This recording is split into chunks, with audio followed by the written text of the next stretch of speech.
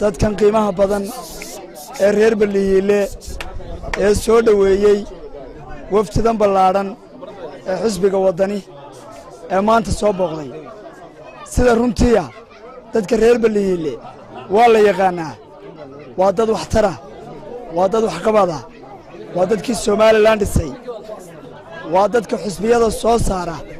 maantana waxa muuqata inay wadani u helayeen bartaas ayaa ka sii wadaysan insha Allah taala nimaa kulmiye ragay ku faani jireen waa rag halkan tuban hadaa maqashaan kulmiye ragii wax sheegan jiray ee madaxweynaha hore ula soo shaqeeyay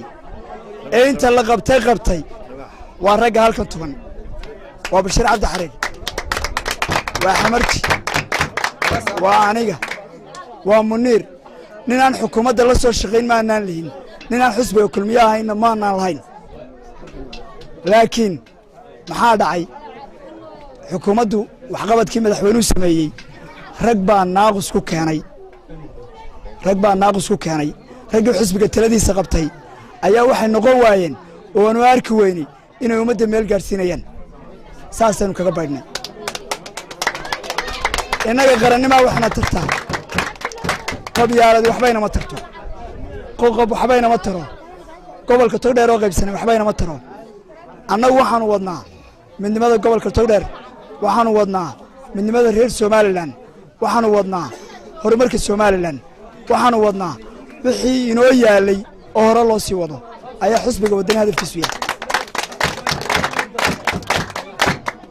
waa taqaanin gobolka Togdheer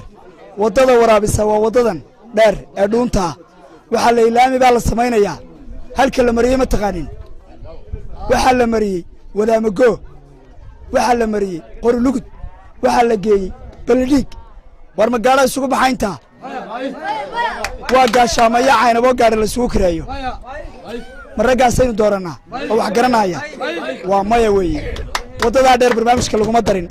waana dhuntii Soomaaliland barnaamijka kulmiyada kuma jirto ka wadani bay laakiin ku jirtaa ku xisaabtama annaga dhisayna insha Allah mid laamiya oo halka ka gashay xuduudka insha Allah taala waan idin ogahay iskuulkiina contribution baa ku dhisateen xanaano meydaan leedin reer Ballihiile waa dad tacbada weeye oo iyagu wax qabsada laakiin cid wax idin qabatay ma jirto insha Allah taala waxbaanu idin qabanaynaa laamiga ka dhargeysan la idin mariyo kaliya oo idin ku furan iyo baabuurta idin soo marta ee xamar iyo Itoobiya ku socota taas oo kaliya idin anfacda aniguna taasaan ku ololaynaya ka shaqeynaya waa ogtiin oo gudoomiyaha degmada Dhuqasho baanahay horumarka la igu heriyay hadii horumar la doonayo waan joogi lahaa sida ku yaqiinsada